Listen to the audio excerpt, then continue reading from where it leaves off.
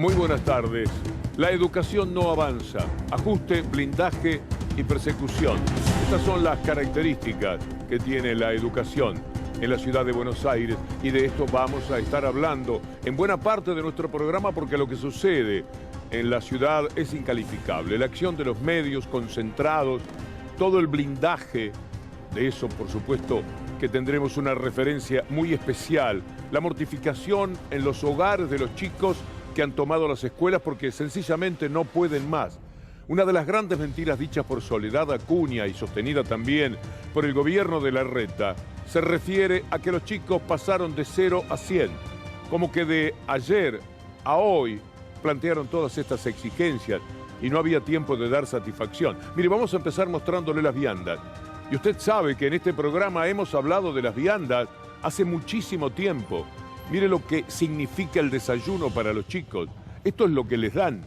Esto es la forma de tratar a quienes van muchísimas veces con necesidades de un poco más, ¿no? Esto es lo que significa la vianda. Es decir, la lucha por las mismas, por mejorarlas, viene de bastante tiempo atrás. No pasaron de 0 a 100. Pasaron de 60, 70, 80, 90 y colmaron la paciencia de los chicos y de los padres que saben lo que ellos padecen. Mire lo que ha sucedido con lo que invierten, que también es una demostración del desprecio que tienen por la salud de los chicos. 302 pesos el servicio de comedor, 35 pesos por desayuno, bueno, usted acaba de verlo, 105 pesos para los refrigerios.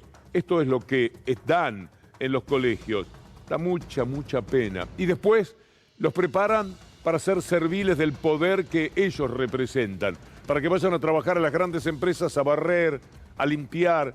Mire lo que son las quejas referidas a esto. También tienen mucho para decir los chicos sobre lo que es el plan del gobierno de entregar más trabajadores, porque en el fondo piensan que determinado tipo de clases sociales solamente pueden ocuparse de prestar servicios y nunca soñar con carreras importantes. Por favor, pongámoslo, porque me parece que es uno de los datos decisivos a considerar sobre lo que piensan de la educación en la ciudad de Buenos Aires. Ahí está, pasantías en colegios porteños, lavar platos, servir café y preparar sándwiches. Vamos a escuchar a una de las alumnas contando lo que son las pasantías de Larreta al servicio del poder que él representa. ¿Qué pasa en el Lengüitas? Las ACAP, básicamente, las pasantías.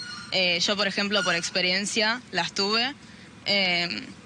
Y nada, la verdad que no fue nada de lo que nos dijeron que íbamos a hacer. No hicimos nada que tenga que ver con el lenguaje, sino que más bien a mí, por ejemplo, me mandaron a lavar platos. Y era lo que más hacía, que era la atención a los clientes. Y uno ahí se pregunta, ¿dónde está el lenguaje? ¿Dónde está lo que te prometieron? Cuando realmente no fue lo que sucedió. Claro. ¿Cuántos días fue eso? Un montón de horas de clase. ¿Cuántos días fue eso? Se esperaba que sea un mes, todos los días, ir de 8 a 12, cuando mi horario en el colegio es estar de 7:30 los lunes hasta las 5, los martes hasta las 4:20, miércoles hasta las 15:40, y así, cuando se pierdan un montón de contenidos, se tienen que retrasar, los tienen que dar 2 veces, porque la primera mitad del curso en un mes, la otra mitad del curso en otro mes. ¿Se puede tolerar? ¿Se puede sobrellevar? ¿Usar a los chicos para que presten ese servicio? Por supuesto que sin una moneda de por medio. Más viles, más crueles, más chantas, hablando de Rodríguez Larreta, pueden ser lo que está contando esa chica, y justo en un canal donde se habrá notado el nerviosismo que implicaba estar escuchando eso, porque querían conocer la maravilla de las pasantías y en realidad les estaban hablando de la humillación que significa para los chicos. Que les digan, van a aprender lenguaje, vas a aprender idiomas, y miren en lo que se convertía ese trabajo que Larreta quiere enseñarles para el futuro.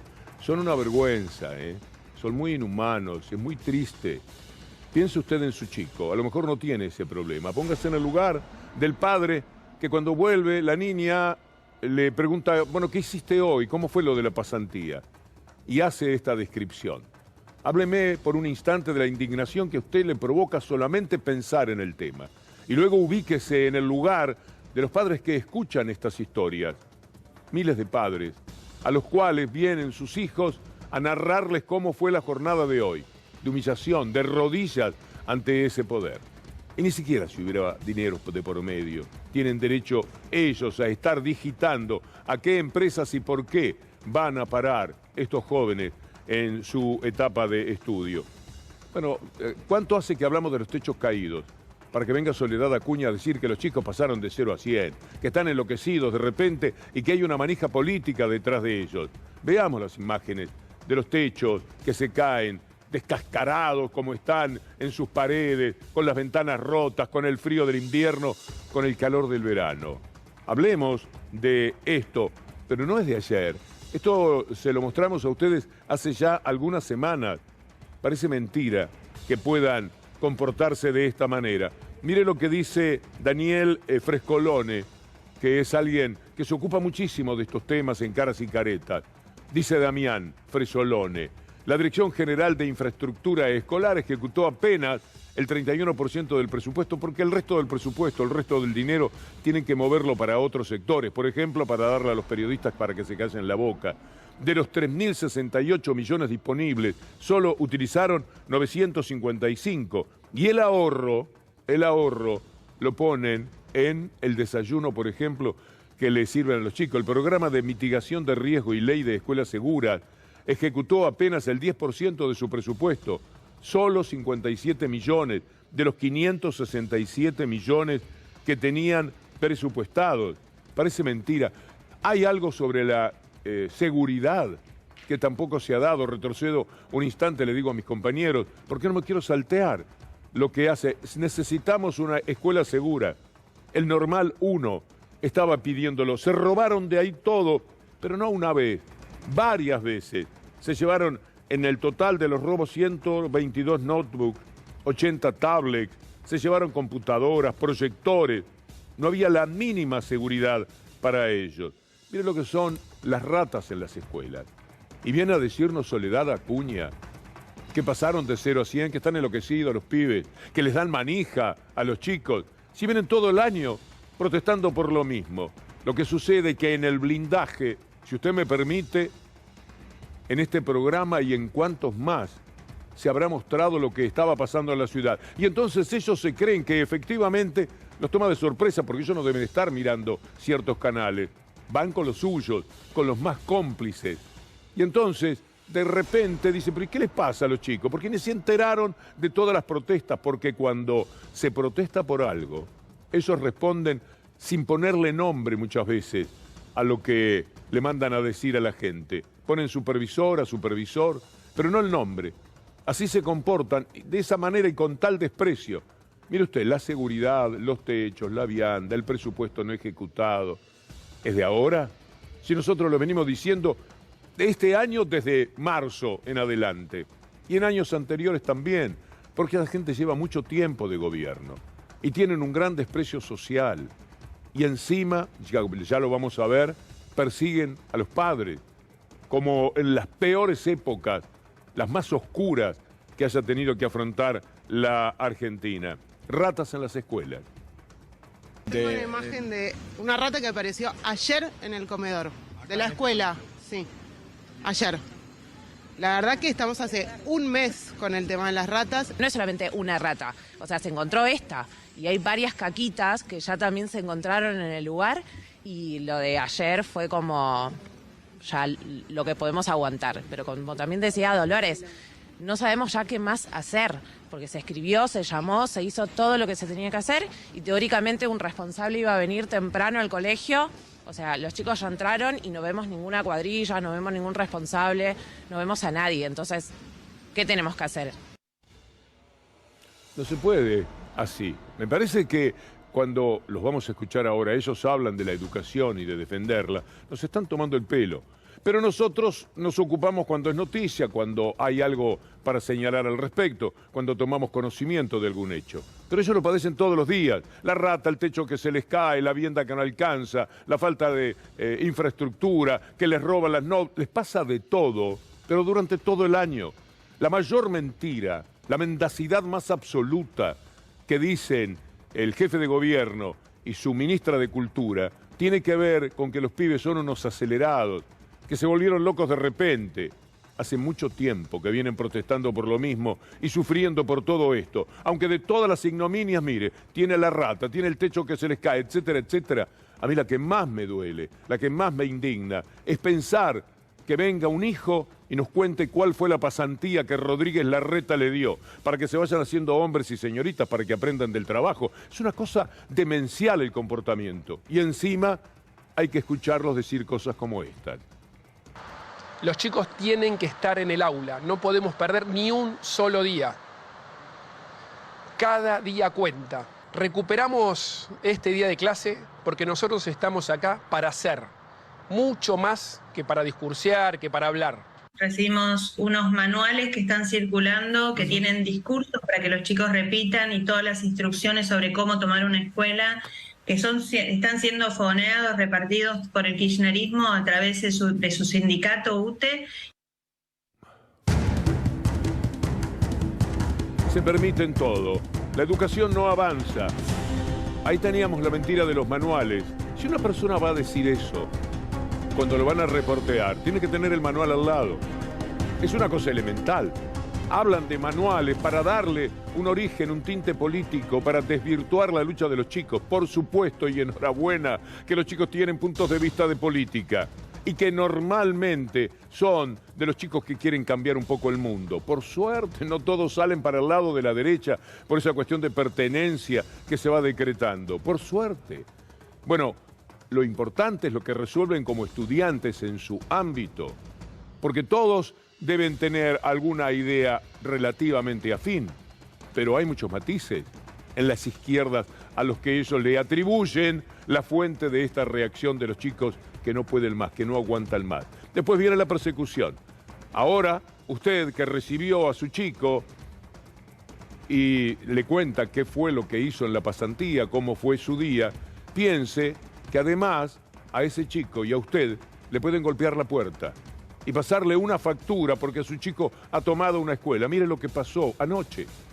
Esto es muy, pero muy grave, ¿eh? Esto se corresponde con la etapa más oscura que hemos tenido en la vida de la República Argentina. Se compadece exactamente con lo mismo. La noche, la visita, no pueden hacerlo de día, por lo menos. La noche asusta. Un policía al que hay que abrirle la puerta, que viene a entregar algo, es una molestia. Hay algo que se conmueve en la persona. Es muy triste que lo hagan. Y si no, salgamos de los hogares, vayamos a la policía en los colegios, en la puerta de los colegios, donde también están allí para amedrentar, para hacerse sentir. Está la policía brava de Rodríguez Larreta, una policía muy, pero muy especial. La tenemos en la puerta de los colegios. Ahí están.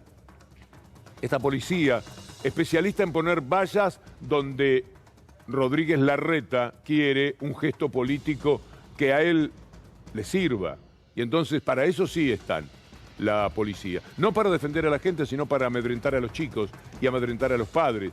Y también para poner las vallas cuando políticamente les convenía. ¿Se acuerda de estas imágenes? Ahí están colocando las vallas y enfrentando a la gente. Después también son muy hábiles para dejar zonas liberadas para los violentos. A ver si reconoce estas imágenes.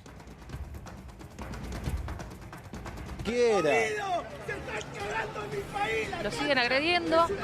No sabemos quién es ese señor, pero ese señor es el que en definitiva está protegiendo a Lautaro, el de blanco, tratando de alejar a esta persona que le grita. Yo insisto, no puedo entender cómo no hay policía cerca tuyo, Lauti. Están viendo que te están atacando, que te están insultando, que te están tocando el micrófono, que te están tocando a vos y no hay nadie que te esté custodiando. Mirá, me parece una locura, me parece inadmisible. Parate vos al lado de un efectivo policial, a ver si te puede proteger un poco, porque te está ignorando por completo. Si hay alguno, pedile por favor que suelte su celular y que cumplan su trabajo. ¿Qué tal? ¿Les molesta si me quedo al lado de ustedes cuando me quieren pegar? El movimiento, el gesto del policía, sí, más o menos. Muy bien Paula Marusic, que manejaba la situación en ese momento con Lautaro. Porque la observación, si no la gente, es natural, no tienen el mismo entrenamiento para advertir que hay agresiones, que hay insultos, y la policía mira de lejos, zona liberada. Zona liberada, esto es lo que normalmente hacen. Eso sí, a la casa de padres cuyos hijos han participado en la toma del colegio van a pasar una factura, a hacer sentir la presión mafiosa, oscura, dictatorial del gobierno de la ciudad de Buenos Aires, que después de 15 años llega a esta situación. Sacá las ratas, dale seguridad a las escuelas, dale un desayuno como la gente a los pibes, tratalo, ni te pido como al tuyo, pero más o menos a mitad de camino entre esa miseria que le das. Estoy tuteando a alguien, a un jerarca, me lo imagino, entre lo modesto de ese desayuno y el que le servís a tus hijos, a mitad de camino aunque sea. Y no vengas a decir que los chicos se vuelven locos de repente y te vayas a la casa de los padres y generes una situación como esta que afrontó una conocida actriz y amiga a la que le mando saludo y solidaridad, Marina Gleger. Micaela Lipson, por ejemplo, madre de Lengüitas, recibió una vecina a la policía que fue a notificarla de la contravención por la toma de su hijo, sí. y que al no estar, la policía volvió esta mañana nuevamente a la casa de Micaela para notificarla de la contravención. Lo que sé también es que en algunas escuelas, porque hay 26 escuelas tomadas en este momento, la policía se acerca a determinados pibes y pibas que están saliendo y entrando de las tomas para decirles que van a meter presos a sus papás. El vicerrector del Mariano Acosta es un hombre que merece respeto. Miren ustedes lo que dice. Un equipo directivo que sabe que tiene espaldas suficientemente grandes para que cuando toquen a un solo padre, a un solo estudiante, a un solo docente, vamos a salir a luchar y no lo vamos a permitir. Bueno, frente a esto, la acción persecutoria también de los medios de comunicación. Toda la derecha jugando. No tienen un minuto de paz. Todo es odio, la constancia enorme para llevarse todo por delante, para ponernos ahí, en el vacío, en el límite, siempre igual, y de vez en cuando empujarlos. Es muy triste. Miren ustedes lo que es el tratamiento que se da por políticos y medios de la situación de la toma de escuelas. Es una toma política y mucho menos se puede pedir el diálogo mientras tomás una escuela. Y hay una responsabilidad penal que el gobierno de la ciudad dejó muy clara de los adultos, de los padres de los chicos que permiten que sus hijos pernocten sin saber qué otros adultos hay presentes, siendo menores en una escuela. Sin duda los padres son responsables, tienen que hacerse cargo de los actos vandálicos, del deterioro de la infraestructura que se genere mientras permanezcan. A ver, Larreta, si pones los huevos arriba de la mesa y que no te tiemble la mano porque te vamos a acompañar todos, y procesás a todos los que están en la 9 de julio. Y procesás a los padres de estos guachos que están rompiendo la pelota y a los guachos también. Hay una actividad partidaria atrás de todo esto, militantes de la Cámpora, con volantes de la Cámpora alentando también que ellos se tomen las escuelas. Lo que están haciendo es extorsión. Bueno, esto es lo que se da como una acción muy conjunta, muy particular. No puedo menos que discrepar con los colegas. Y me resulta inaceptable la acción de quienes están directamente cerca de los chicos y tienen la responsabilidad, porque el que opina, opina. Pero el que tiene que actuar es el funcionario que está cerca de ese tipo de necesidades. Y de verdad que todo lo que consiguen es estigmatizar y perseguir, como escuchábamos de María Eugenia Vidal. Vean ustedes cómo es que en los medios el hostigamiento es permanente. Estos títulos, este collage que les vamos a presentar, habla muy a las claras de cuál es el sentimiento que tienen al respecto. En pandemia, durante la época de los planes, la discusión de los planes, y ahora. Larreta insiste con la vuelta a clase, los vamos a ir a buscar a la casa uno por uno. Bueno, Larreta tiene antecedentes familiares de quienes firmaron la constitución de la dictadura. El gobierno porteño le quitará los planes sociales a las familias que no manden a sus hijos a la escuela. El gobierno porteño denunció penalmente a los padres de los alumnos que tomaron los colegios. Esto es lo que sucede. Alivia escuchar nuevamente a Pasquarelli, el vicerrector del Mariano Acosta. Realmente lo que vivimos el viernes fue una situación muy difícil. Estábamos terminando las clases porque la toma iba a ser solamente viernes a la noche, sábado y domingo, para que el lunes pudieran nuevamente tener clases y no acusar de que no queremos tener clases. pero hubo un acto de sabotaje en la cual a las 7:30, 8 de la noche dejaron a toda la escuela sin luz. Esto ocurrió el viernes. Esto ocurrió el viernes con más de 300 estudiantes adentro, autoridades, supervisiones, alguien de la empresa que supuestamente es la que hace el mantenimiento de la escuela ingresó, cortó cables, vandalizó sectores que estaban bajo llave y quedó toda la noche la escuela a oscuras con estudiantes en este patio que pueden ver hacia atrás mío, recibiendo la luz de la calle. Quizás pensaron que se iban a amedrentar por esta situación y en realidad fue todo lo contrario. Se empezaron a plegar otras escuelas, se empezaron a acercar más familiares.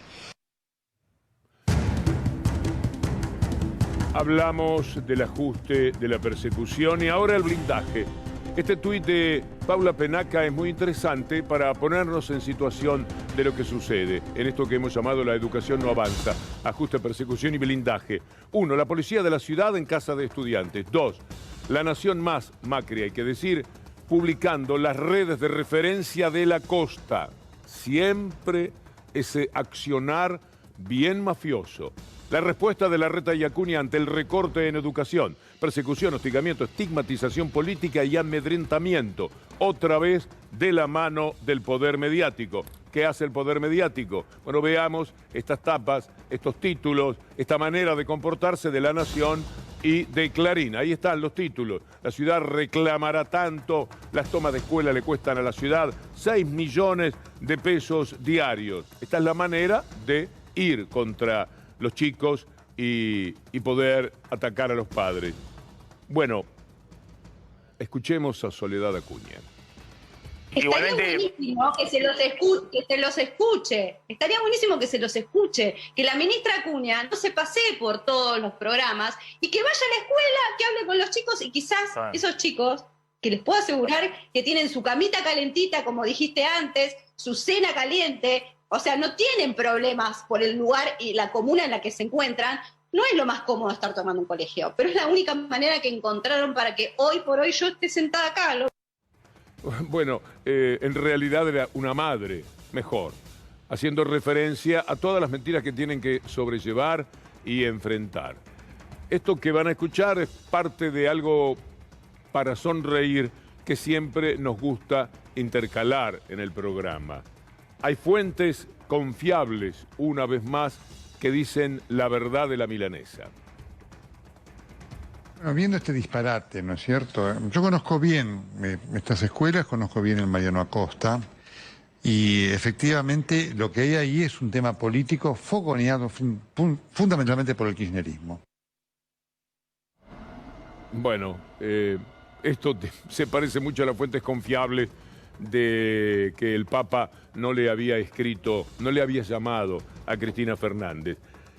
Miren a Larreta ahora, ahí en los cortes y tomas que sí les gustan. Porque hay cosas que a ellos les encantan, las mismas. Por ejemplo, esa élite dominante, los hilobolseros, etc. Mire el abrazo fraterno. Ese no es un padre que sufre porque su hijo anda entre ratas en los colegios o el techo se le puede caer encima o le dan de comer basura. No, esta gente más poderosa, gente con la que vale la pena codearse, gente a la que le pertenezco, señor. También Patricia Bullrich puede ir por ese camino. Y ahí está, a caballo, gauchita. Con esa gente todo, con esa gente está todo bien, todo en orden. En cambio, con los que tienen que hacer un piquete, con los que tienen que pedir planes en épocas muy, pero muy difíciles, contra esa gente la van a tener siempre muy, pero muy apuntada. Van a estar accionando siempre. Miren ustedes lo que es este paño de imágenes en el cual mostramos el acampe. Esto duele muchísimo. Pero hay una noticia muy interesante para esta gente también. Ojalá que les llegue a ellos, porque está bajando la pobreza, lo dice el INDEC, que dirigido por Labaña Clarín no es sospechable cuando da estos datos. Ahí está la gente que sufre, que padece todavía. Son muchos, son millones, pero son algunos millones menos. La pobreza bajó 4 puntos, de 40.6 a 36.5. Mañana usted leerá a muchos medios que le dirán la pobreza está en 36.5, un horror. Y no le van a decir demasiado que bajó después de la pandemia 5 puntos. Piense que salimos de la pandemia en realidad, si es que totalmente salimos, hace unos días, cuando nos dijeron ya no usemos más barbijo, ya no es imprescindible el barbijo, que lo use el que quiera, por otros motivos, pero no por la pandemia. Porque esta baja de 4 puntos se ha dado durante la pandemia. Se ha dado en tiempos de guerra, de muchas dificultades en lo internacional que rebotan también aquí. Se dan cuando la energía se torna más cara. Entonces, es un aliento de esperanza para la lucha plenamente justificada de la gente que está allí haciendo sentir lo que les pasa, porque si no, no los ven. Hay demasiados muros que separan a la gente, aún a los que se preocupan por este tipo de temas, de las realidades. No las vemos, tienen que salir a mostrarlas. No hay otro remedio, no hay otra salida. Pero la noticia es buena y me parece que tenemos algo importante que ha sucedido en estos minutos. ¿Lo presentamos así?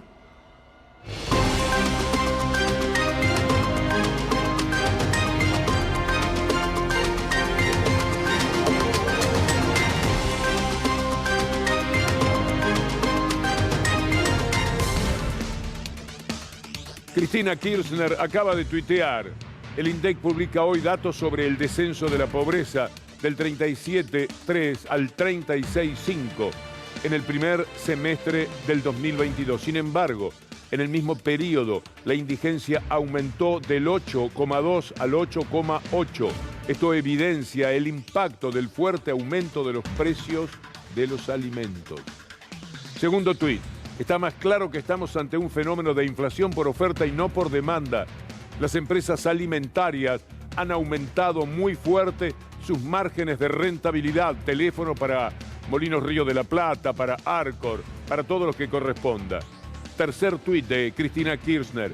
El Ministerio de Economía ha trabajado duro en todas las áreas de su competencia, pero es necesaria una política de intervención más precisa y efectiva en el sector. Sí, basta de pedirle.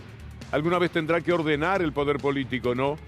Y al mismo tiempo hay que diseñar un instrumento que refuerce la seguridad alimentaria en materia de indigencia.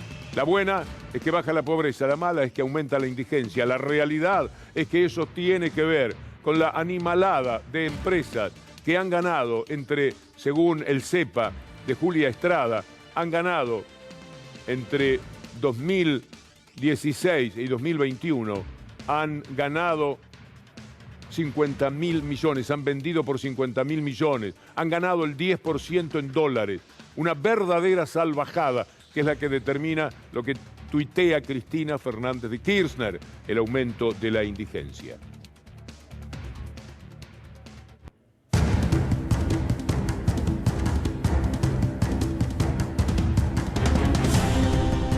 La Corte Suprema de Justicia. No hay palabras. La verdad es que el idioma nos va quedando escaso. Salvo que uno sobredimensione las palabras, el gesto, la actitud y diga cualquier disparate ante la indefensión que usted tiene frente a nosotros. Cuando uno dice un insulto, cuando uno se le va mucho la mano, cuando dice una palabrota, no lo está respetando. Se va como si fuésemos personas que estamos muy por encima de los demás y podemos hacer lo que se nos ocurra. Uno no cuenta un chiste subido de tono entre personas que no conoce. Y nosotros nos manejamos todos los días con personas que no conocemos. Ustedes nos conocerán un poco más, pero nosotros a ustedes no. Entonces hay un respeto, porque de verdad, de vez en cuando uno se tienta. ¿Qué decir de la gente de la Corte Suprema, de los 4 jinetes del Apocalipsis? Miren la figura, la metaforita que buscamos para hablar de ellos. Han perdido totalmente la chaveta. Una especie de frase italiana que tiene que ver con la llave del honor, del pundonor, de todo aquello que se parezca en palabras que nos hablan de la gente de bien. No se comportan como gente de bien hace muchísimo tiempo.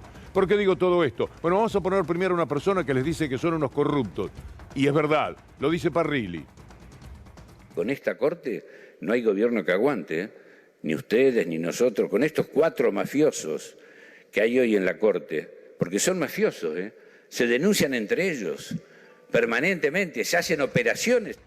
Bueno, hoy Ari Lijalad, estimado colega del Destape, nuestro saludo siempre para ellos, para Roberto Navarro y toda la gente, dice algo muy interesante. Lo vamos a tomar con noticias destacadas, a ver si lo vamos poniendo poco a poco, lo que se señala sobre esta Corte Suprema que ahora tiene a Rosenkrantz como capitaneando la decisión de lo que nos va a seguir cobrando Clarín, de lo que nos va a seguir robando la empresa Clarín. La Corte avala que Rosenkrantz intervenga en la causa por las tarifas del Grupo Clarín, su ex cliente.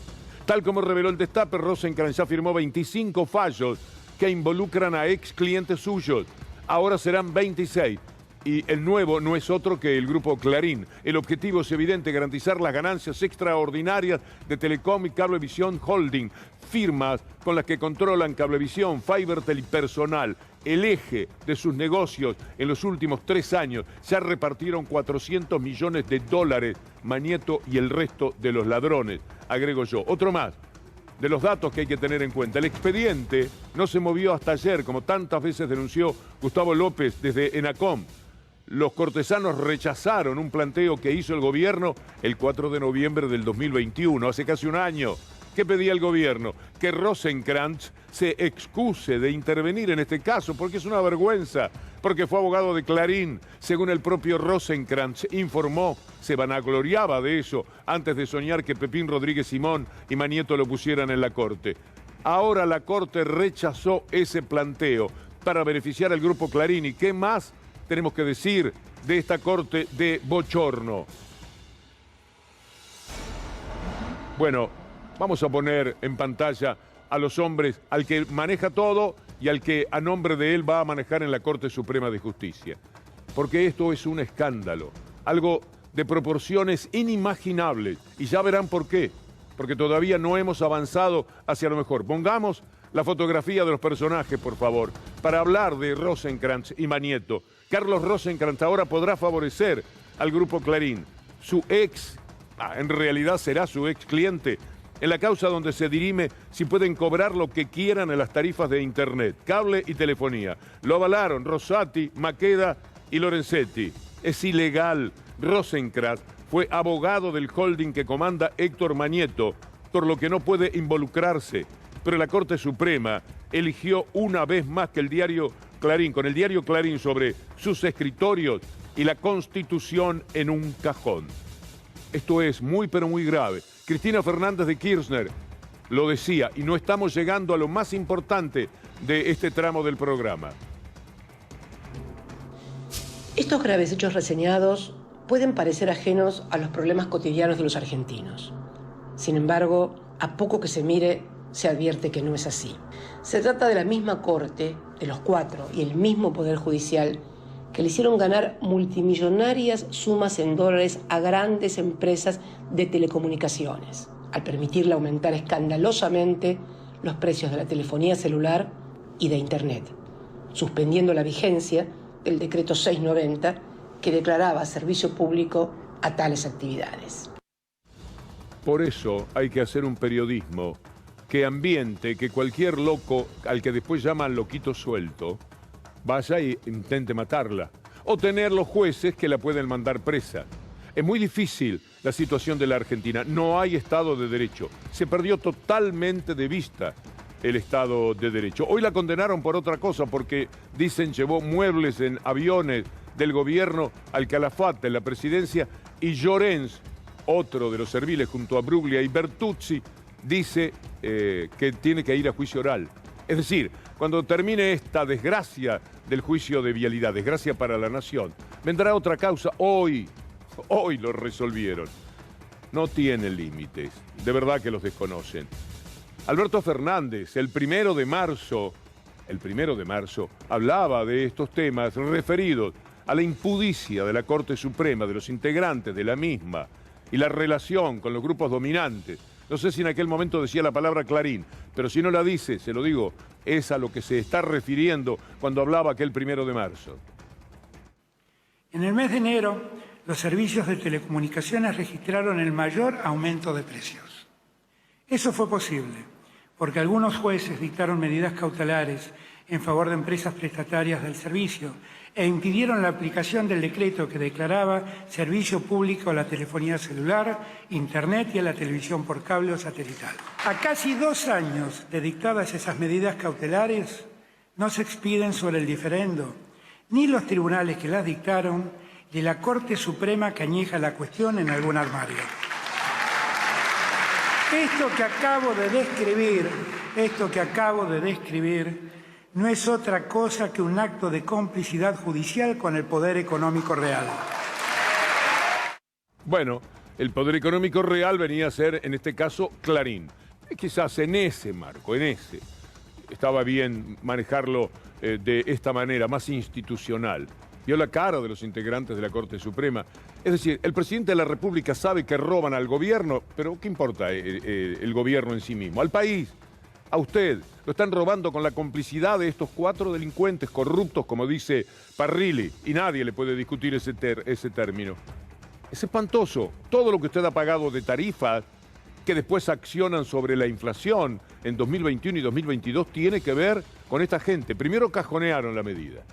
Cajonearon, no se estudiaba. Y Clarín seguía cobrándonos, Manieto seguía plin caja, 400 millones de dólares de un lado, 500 millones de dólares del otro. Una repartija en medio del drama económico que vive la inmensa mayoría de la gente, cuando podemos celebrar que bajó 4 puntos la pobreza, pero están 36. Pero la indigencia al mismo tiempo sube, aunque sea 2 décimas, porque los socios de ellos, a los que ellos protegen y defienden para poder protegerse a sí mismos, cobran cualquier cosa por los alimentos. Es difícil sobrellevarlo, pero por lo menos es necesario denunciarlo.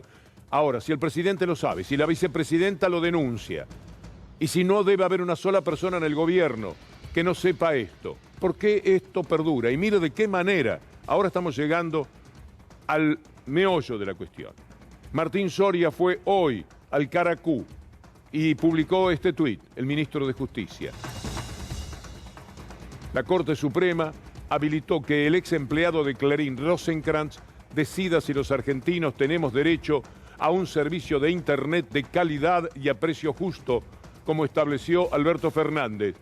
Esta Corte Suprema no solo tiene doble vara para aplicar la ley, también está de los 2 lados del mostrador.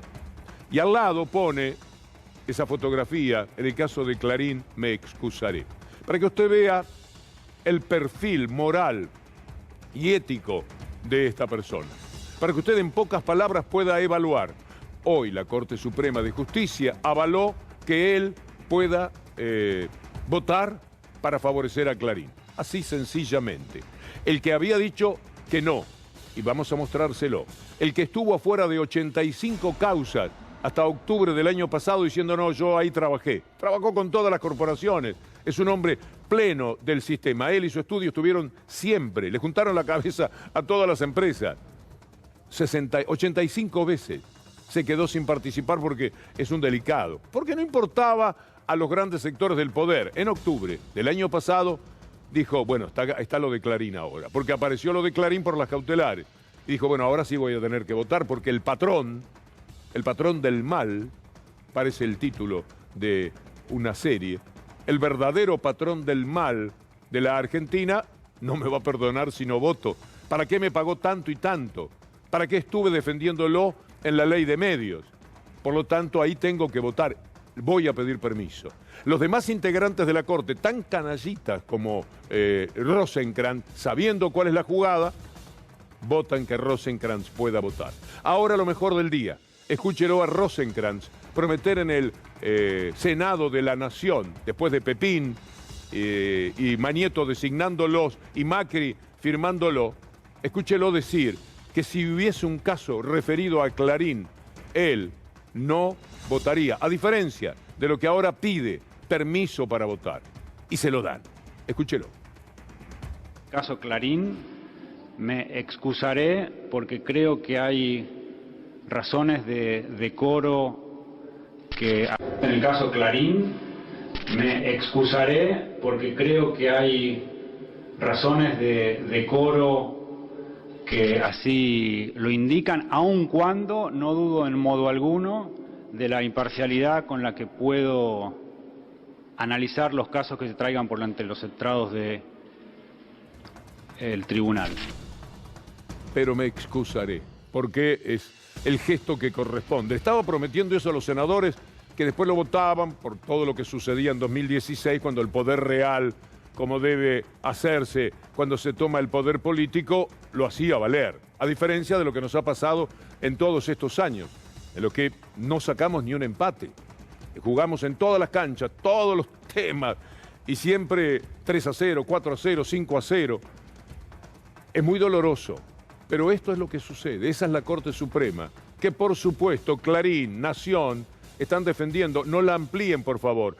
Y dicen que es para buscar impunidad que la quieren amplificar. No, ellos quieren que se quede así como está por el favor de impunidad que van a tener con esta Corte. Por eso no quieren agregar otros, que no serían revolucionarios. Las Cortes Supremas tienen acaso uno, a veces dos en el mejor de los casos, que jueguen muy del lado del pueblo. Los demás son personas que han tenido buen juicio. Los que tienen buen juicio tienen su pertenencia, ya sabemos dónde. Y todas las Cortes Supremas, el 99% de las Cortes Supremas del mundo son conservadoras y son parte del poder real. Pero a esta se le fue la mano, porque son corruptamente parte del poder real. ¿Quiere recordar lo que me permití decirle en la oralidad sobre cómo actuó Rosenkrantz? Mire, vamos a ir a la primera parte. 85 veces se excusó en 85 causas desde que llegó a la Corte Suprema.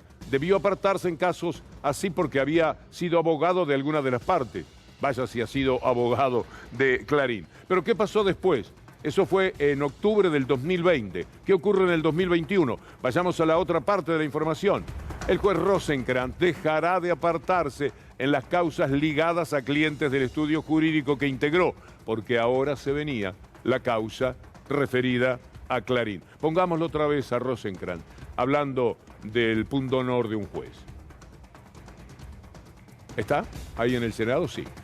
Me excusaré porque creo que hay razones de decoro que, en el caso Clarín, me excusaré porque creo que hay razones de decoro que así lo indican, aun cuando no dudo en modo alguno de la imparcialidad con la que puedo analizar los casos que se traigan por ante los estrados del tribunal.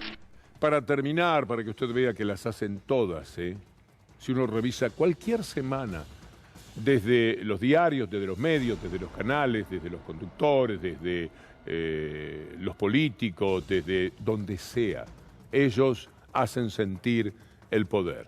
Y con mucha gente que les dice amén. Gente que además a veces me sorprende, porque tiene un origen diferente. Que ellos entre ellos se apañen y se comporten como lo hacen, pero que desde los medios nosotros estemos acompañándolos, sirviéndoles, a veces duele demasiado. Para despedir este tramo del programa, vea lo que le informé. Llorens, el juez que jugó al fútbol en el equipo de Macri, dice C5N en sus redes, pidió juicio político y cárcel para Cristina Kirchner. Usted dirá, pero ya lo pidieron, si ya lo... No, esta es otra causa. Investigan el traslado de muebles con aviones oficiales al sur del país cuando era presidenta. Estaba muerta, la reubicaron como una especie de reaseguro y sobre todo tener un poco de publicidad muy fuerte después de todo lo que sucedió en el juicio y de todo lo que se supo de la manera en que refutó las acusaciones en la causa vialidad. Vamos a hacer una pausa y al volver un adelanto con muchas cosas interesantes para ver de todo lo que hará C5N con los grandes programas que preparamos para el fin de semana desde Brasil por las elecciones. Enseguida volvemos.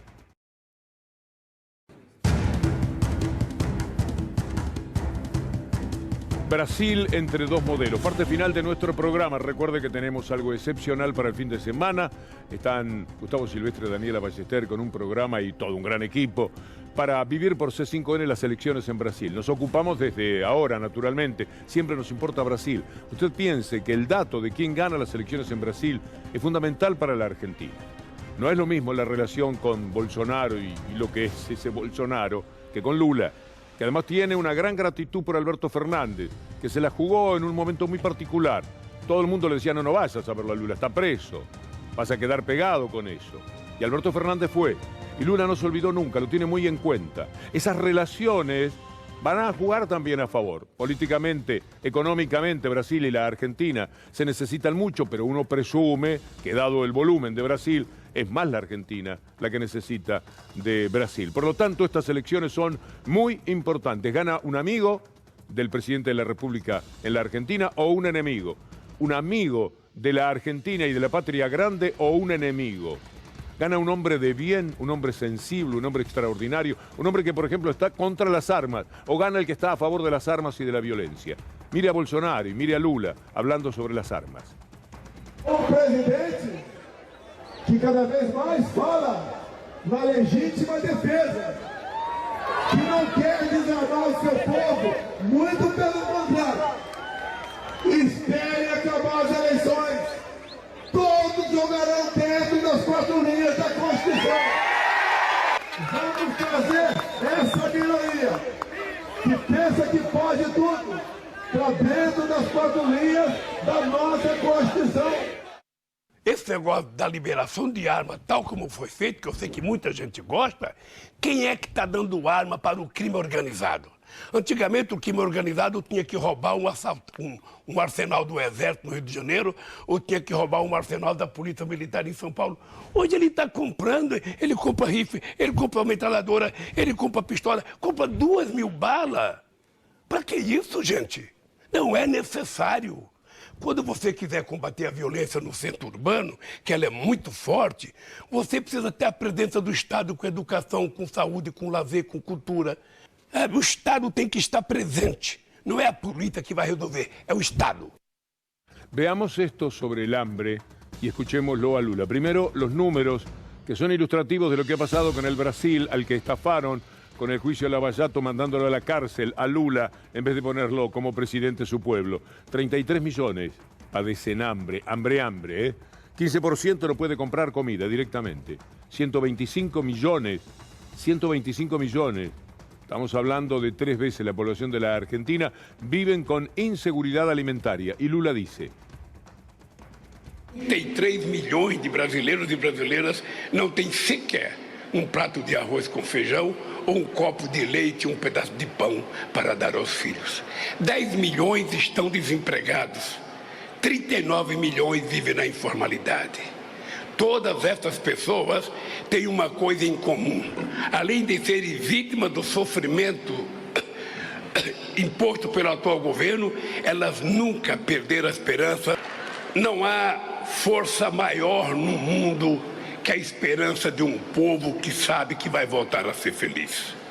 Nós vamos de novo acabar com a fome no Brasil, companheira Dilma, e ela nunca mais voltará a assombrar os lares das famílias brasileiras. O povo sabe que a volta da fome, o desemprego recorde, a inflação fora de controle, os preços abusivos dos alimentos, do gás e da energia elétrica, a destruição das políticas de inclusão, o endividamento das famílias e a violência política, todo esse sofrimento provocado pelo atual governo faz parte de uma das páginas mais infelizes de toda a nossa história. Nós vamos juntos reescrever a história. Es un hombre que invita a la esperanza, a creer, a ilusionarse, pero además está avalado por lo que antes hizo en Brasil. Él también avanzó hacia el estado de bienestar, como sucedió hasta el 2015 en la República Argentina. Por lo tanto, uno puede creerle que va a trabajar para el pueblo seguro. Vamos a ver cómo le sale cuando efectivamente sea el presidente que pensamos que será desde el próximo domingo. Hay un muchacho que se llama Felipe Neto, no sé qué tal muchacho es porque no lo conozco, pero dicen que es alguien con influencia, que tiene 15 millones de seguidores, que estaba muy en contra de Lula en su época, muy tomado por los medios, le pasa a cualquiera, nos puede pasar. Pero el tema es cuán necio se puede ser cuando las evidencias demuestran todo lo contrario. Escuchen a este joven que estaba en contra de Lula y ahora pide el voto para Lula. Muita gente me pergunta isso. Cara, por que você vai votar no Lula se ele roubou tanto? Porque eu pensava a mesma coisa. Eu falava, mano, isso é um bandido, isso é um ladrão, isso roubou o Brasil inteiro, botou um monte de dinheiro no bolso. Agora eu pergunto pra você que acreditou nessa narrativa. Cadê o dinheiro do Lula? Essa é a primeira pergunta que tem que ser feita. Porque quando começaram as investigações da Lava Jato, eles tinham certeza que eles iam achar posses do Lula. Se tiver uma investigação do nível que a Lava Jato tentou ser. Não acharam um real. Um mísero real. Não acharam nada. Tanto que inventaram um triplex que ele seria dono e condenaram ele pelo triplex em um dos processos mais escandalosos que já existiram na história dessa república. Enquanto isso, o clã Bolsonaro tem mais de 100 imóveis comprados nessas últimas 3 décadas e 51 deles comprados com dinheiro vivo. Sabe o que aconteceria se descobrissem que o Lula comprou um imóvel com dinheiro vivo? O que os bolsonaristas iam estar gritando? 51 comprados pela família Bolsonaro? Quem é o bandido? Quem é o corrupto? Muchas gracias a todos los compañeros, a Javier Cantero en la dirección, a Milton Bacheto en el sonido y en el Grafa Guido Sala y a Nacho Espíndola, Pato del Vecchio. Antes Leandro Martínez, se turnan porque los canso, mis amigos, en este tramo. Por supuesto, Ana Genia Sánchez, Juan Pimonte, Songanía y Julián Capazo. A todos ellos, muchas gracias. Llega nuestro buque insignia, como decimos siempre, Gustavo Silvestre con minuto 1, y a ustedes los invito para un reencuentro, si Dios quiere, mañana, después de Luli. Casi digo después de Lula. Hasta entonces.